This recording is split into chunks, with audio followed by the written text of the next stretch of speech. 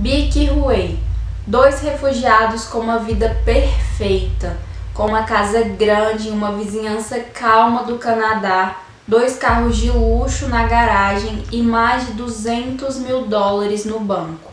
E claro, não podemos nos esquecer dos filhos perfeitos. Felix, uma estudante de engenharia, e Jennifer, uma garota genial que havia se formado com honra em farmácia, assim como seus pais queriam, e que sempre tirava nota 10 e colecionava medalhas e troféus. Exceto que essa aparente perfeição era uma teia de mentiras contada por uma mentirosa compulsiva. E quando essas mentiras fossem descobertas, tragédia é o que aconteceria.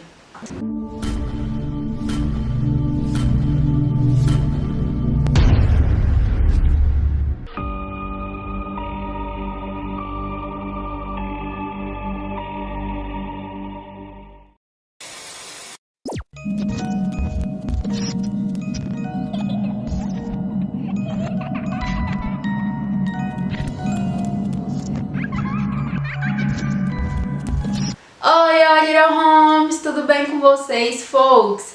Bem-vindos ao Yellow Tape, o seu canal de crimes reais e histórias bizarras. Eu sou a JBB, a sua contadora de histórias criminais e casos polêmicos. Toda semana eu vou trazer vídeos novos, então se vocês se interessam por esse tipo de conteúdo, já se inscrevam no canal para não perder nada. O caso de hoje pode ser considerado o caso Von Richthofen do Canadá, mas vocês vão entender melhor conforme o caso se desenrolar. Então simbora começar! Bic Ha e Huey Hampan eram exemplos de histórias de sucesso de imigrantes que se mudaram para o Canadá. O Huey foi criado e educado no Vietnã, mas ele se mudou para o Canadá como refugiado político em 1979. A Bic também era do Vietnã, mas ela mudou para o Canadá separadamente em outra ocasião. Eles se conheceram e se casaram em Toronto e depois do casamento eles se mudaram para Ontário. Eles tiveram 2 filhos, a Jennifer em 1986 e o Felix em 1989. Ambos trabalhavam na fábrica de peças Magna International, o Huey como fabricante de moldes e ferramentas e a Bic na fabricação e montagem de peças automotivas. Os dois eram bastante econômicos e poupavam muito. Em 2004 eles conseguiram comprar uma casa grande com garagem para 2 carros em uma rua tranquila de Ontário. O Huey dirigiu uma Mercedes-Benz e a Bic dirigiu um Lexus. E os dois tinham conseguido economizar mais de $200 mil no banco. A expectativa deles é que a Jennifer e o Felix trabalhariam tão duro quanto eles haviam trabalhado para estabelecer a vida deles no Canadá. Mas eles esperavam ainda mais dos filhos. Para eles haviam criado a base e os filhos precisariam melhorar e elevar essa base. Eles matricularam a Jennifer em aulas de piano aos 4 anos de idade, e ela se mostrou bastante promissora desde o início. Além disso, ela tocava flauta na escola, e na escola primária ela colecionava caixas de medalhas, troféus e prêmios. Eles a colocaram na patinação artística e ela se doava por completo à patinação e esperava competir a nível nacional. Seu objetivo era competir nos Jogos Olímpicos de Inverno de 2010 em Vancouver. A Jennifer se dedicava tanto à patinação que em alguns dias do ensino fundamental ela treinava até às 22 horas. Aí ela voltava para casa, fazia o dever de casa e ia para a cama.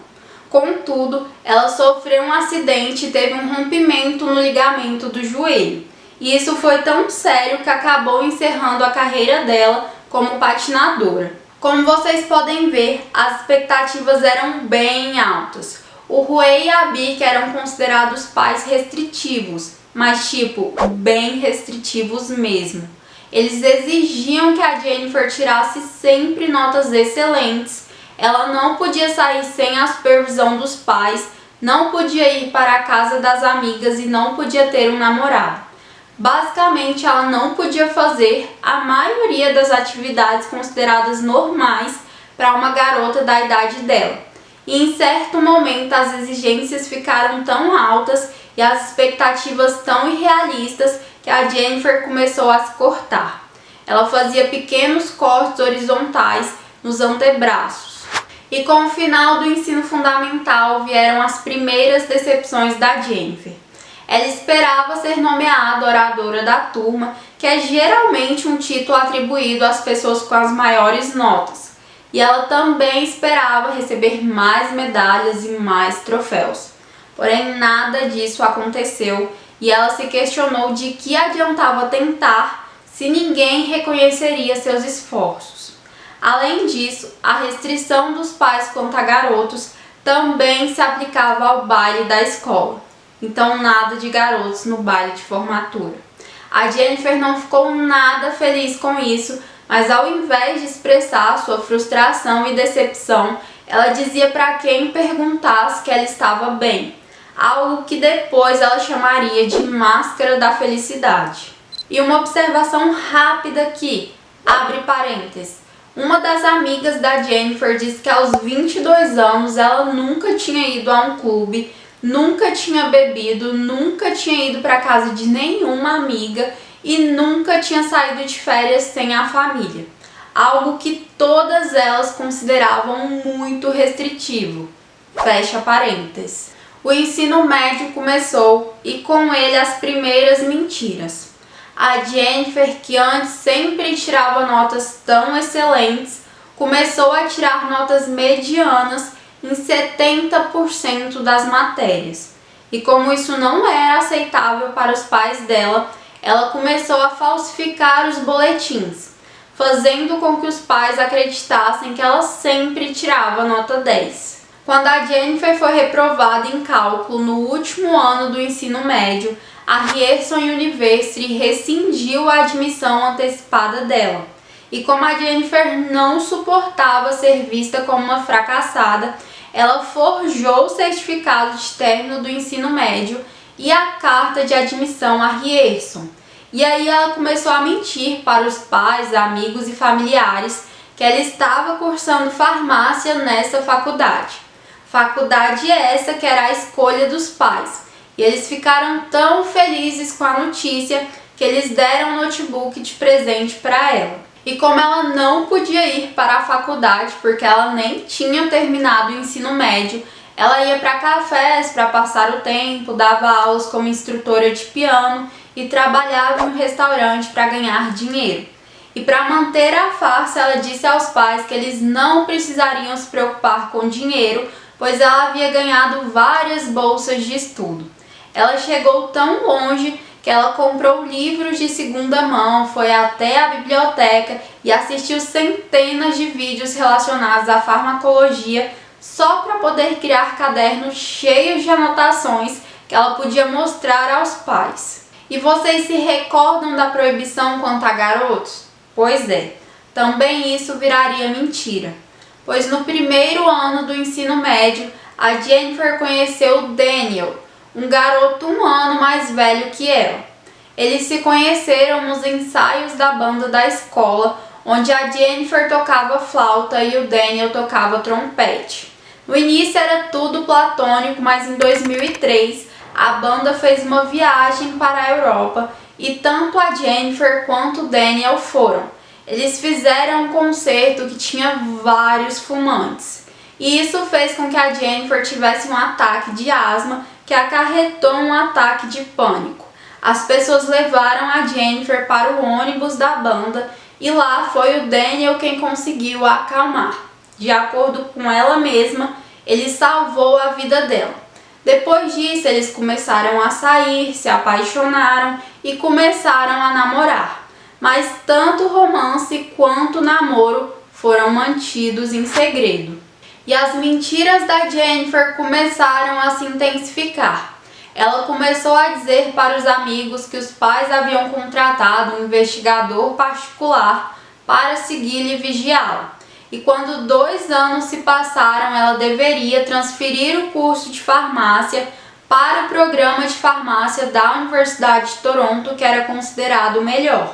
Então, quando o pai dela perguntou se o plano continuava de pé, ela disse que sim, que inclusive ela já havia passado na Universidade de Toronto. E se aproveitando que os pais estavam em êxtase com a notícia, a Jennifer pediu permissão para ir morar mais perto do campus junto com uma amiga. O pai dela estava relutante, mas a mãe dela o convenceu. E era também a mãe da Jennifer quem sempre cortava o marido quando ele começava a fazer muitas perguntas sobre a faculdade, pois ela dizia que eles deveriam deixar a Jennifer ser quem ela realmente é. De acordo com testemunhas, o Huey era o pai restritivo e a Becky era mais a mãe que apoiava o marido, mas que era complacente com os filhos na medida do possível. Mas voltando ao pedido após a intervenção da Becky, o Huey acabou deixando a Jennifer ir morar com essa amiga. E só tem um probleminha: não tinha amiga nenhuma e a Jennifer, na verdade, foi morar com o namorado, Daniel Shi Wong. E um breve histórico sobre o Daniel. Ele era de ascendência mista chinesa e filipina, morava em Ajax e trabalhava no restaurante Boston Pizza. O Daniel foi aluno da Mary Ward, mas as notas dele estavam muito baixas e ele foi transferido para a Colonel Carter Academy em North York, Toronto. Mas também não deu certo na Cardinal e ele foi estudar na York University. E não muito depois, ele foi preso por tráfico quando a polícia encontrou 1 quilo de maconha no carro dele.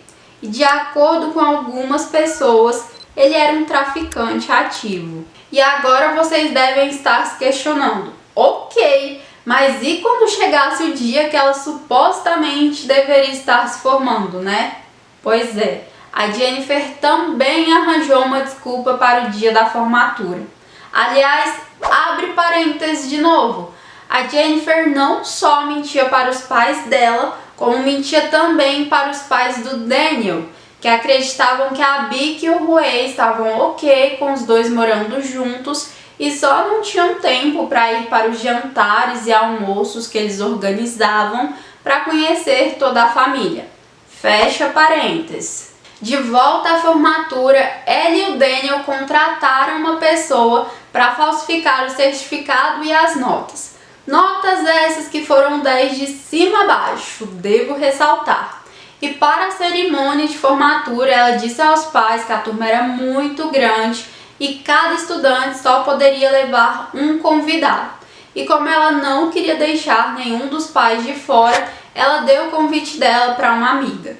E para ser sincera, eu não sei como, mas a desculpa até que coou. Só que quando a Jennifer disse aos pais que ela iria começar a trabalhar em um estágio voluntário no laboratório Sick Kids e voltou para casa sem nenhum uniforme ou crachá, os pais dela começaram a estranhar. Então, certo dia, o Huey disse a Jennifer que eles a deixariam no serviço. E assim eles fizeram.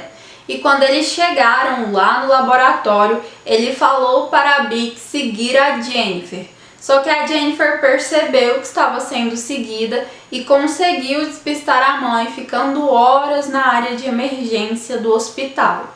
Ainda assim, a pulga atrás da orelha do Huey não deu paz e ele resolveu ligar para a Topaz, que era a amiga com quem a Jennifer supostamente estava morando.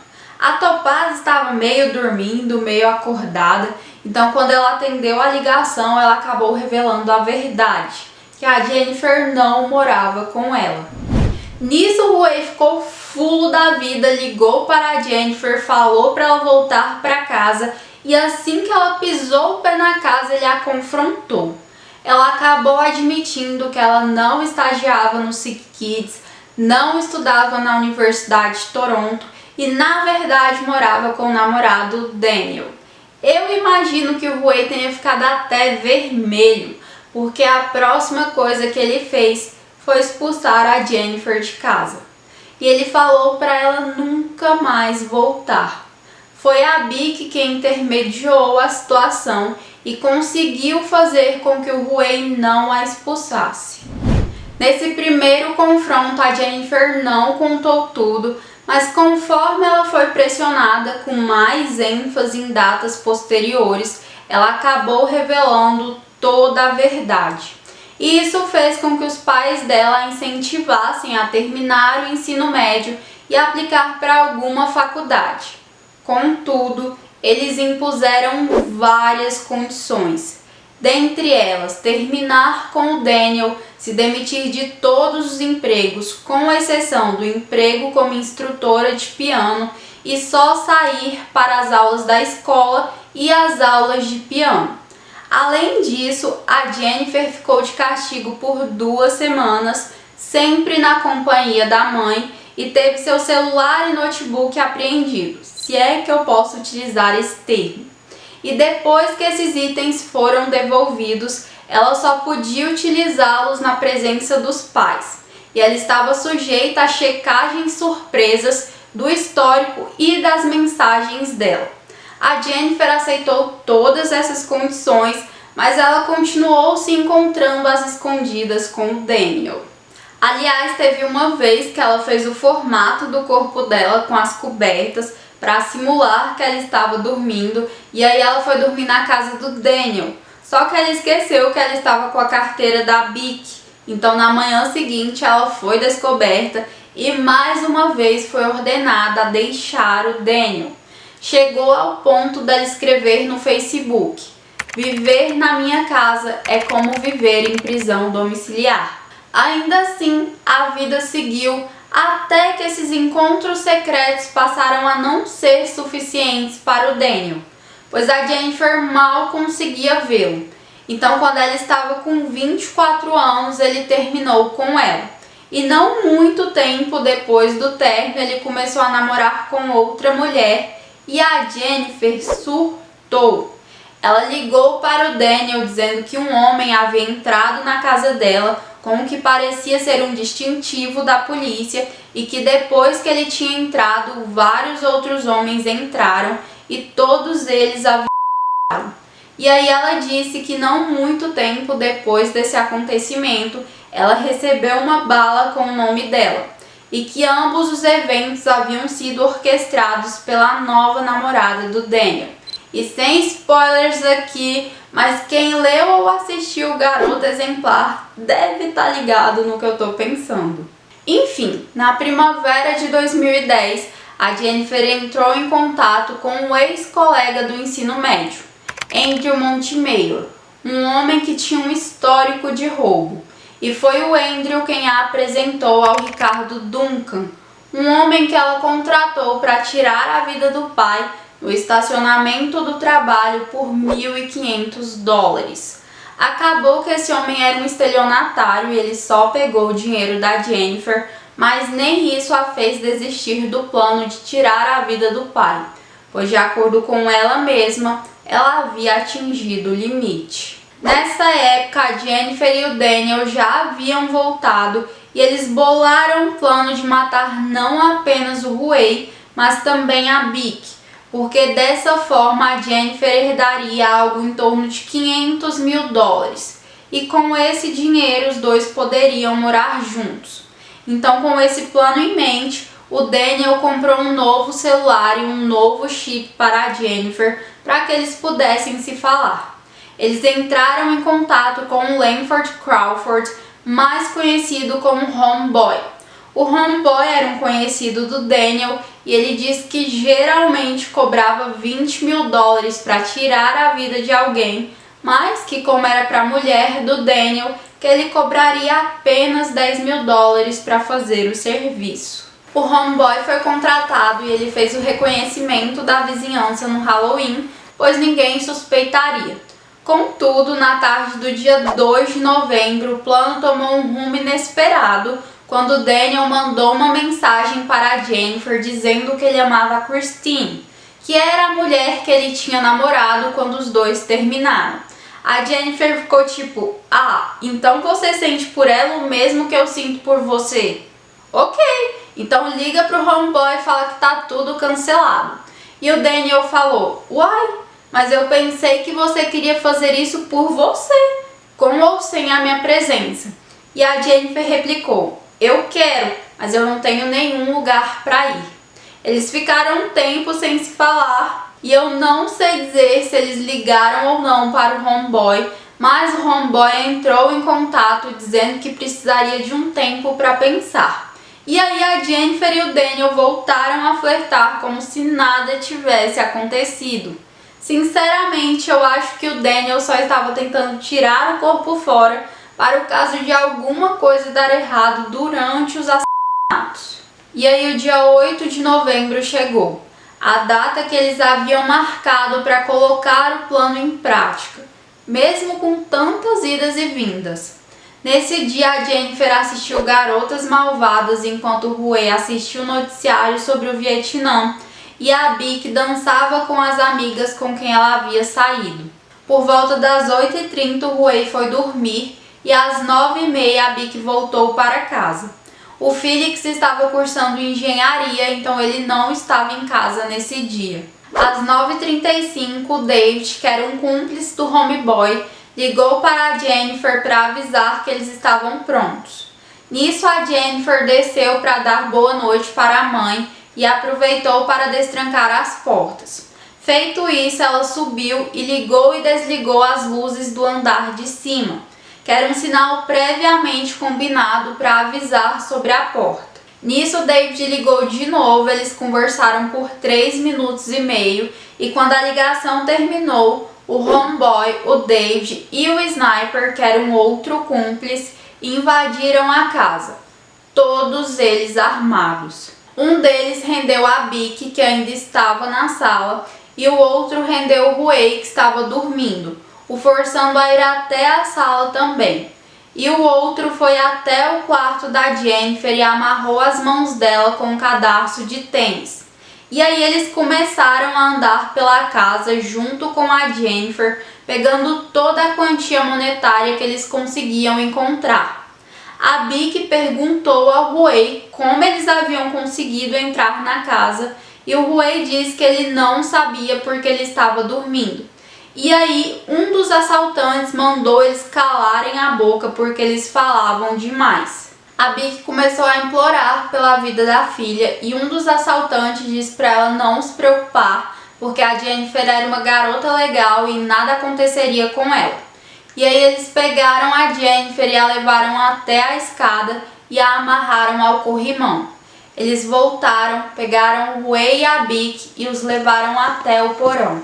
Lá no porão eles colocaram lençóis na cabeça dos dois e deram 2 tiros no Rue, um no ombro e um no rosto. E eles deram 3 tiros na Bic, todos na cabeça, o que a matou instantaneamente. Os assassinos fugiram e a Jennifer ligou para a polícia, chorando, desesperada, falando que ela não sabia onde os pais estavam e que ela precisava de ajuda. Só que aí, algo que ninguém esperava aconteceu. O Rue conseguiu sobreviver e embora a Jennifer o tivesse escutado e falado que ela já estava ligando para a polícia, ele se arrastou até o lado de fora, onde ele deu a sorte de encontrar um vizinho que estava indo para o trabalho. O vizinho agiu de imediato, ele ligou para a polícia e para a ambulância e em questão de minutos todos eles chegaram. What's your name?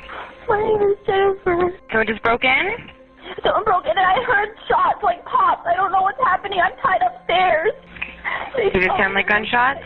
I don't know what gunshot sounds like. I just heard a pop. I'm okay. My dad just went outside screaming. Do you think your mom is downstairs too? I don't hear her anymore. A Jennifer deu 2 depoimentos e várias coisas que ela falou não faziam sentido. Além disso, os investigadores não conseguiam entender o porquê dos assaltantes não terem levado os carros, visto que as chaves estavam bem à vista e aparentemente o motivo da invasão era o roubo. E aí, 3 dias após os trágicos acontecimentos, o Rue acordou do coma induzido. E apesar de um osso quebrado próximo ao olho, fragmentos de bala que os médicos não conseguiram tirar, um arranhão de bala na artéria e um osso quebrado no pescoço, ele se lembrava de tudo. E ele contou de tudo que se recordava para a polícia, incluindo o fato da filha dele ter conversado com os assaltantes como se ela já os conhecesse e o fato dela não estar com as mãos amarradas para trás enquanto eles andavam pela casa. Depois de saber disso, a polícia convocou a Jennifer para um terceiro depoimento. Só que eles optaram por uma abordagem mais direta, dizendo que eles já sabiam que a Jennifer estava envolvida no crime. E a Jennifer, como a mentirosa compulsiva que ela era, inventou uma história absurda. Ela disse que queria cometer suicídio, mas como ela não tinha coragem, ela contratou o homeboy para fazer o serviço. Só que aí a relação dela com o pai melhorou e ela resolveu cancelar o acordo. Só que algo deu errado no cancelamento e o homeboy e seus cúmplices acabaram matando a mãe dela ao invés dela. A história não fazia sentido nenhum e ela foi presa. E após as análises das ligações, a polícia chegou ao Daniel, ao David, ao homeboy e ao sniper. Todos os 5 foram acusados de homicídio em primeiro grau, tentativa de homicídio e conspiração para cometer assassinato. No julgamento, os 5 foram condenados a 2 prisões perpétuas, sem direito a condicional antes de pelo menos 25 anos. E durante todo o julgamento, a Jennifer ficou fria, sem emoção, contando várias e várias mentiras. Contudo, quando a mídia saiu da corte, ela começou a tremer violentamente. Quanto ao Huey e ao Felix, ambos fizeram cartas de impacto, que são testemunhos das vítimas lidos durante o julgamento. O Huey diz que no dia que ele perdeu a esposa, ele perdeu também a filha. Ele ressaltou que não sente mais que tem uma família. E ele diz que, embora algumas pessoas digam que ele deveria se sentir sortudo por estar vivo, que ele não consegue, porque ele sente que ele também morreu. Atualmente, ele não consegue trabalhar por conta das sequelas do crime. Ele tem ataques de ansiedade, sofre de insônia e tem pesadelos sempre que ele consegue dormir. Ele sente dor o tempo inteiro e desistiu de tudo que trazia alegria, pois ele diz que não consegue mais sentir prazer com essas atividades. A situação ficou tão ruim que ele foi morar com parentes e tentar arduamente vender a casa em que eles moravam, mas ninguém quer comprar.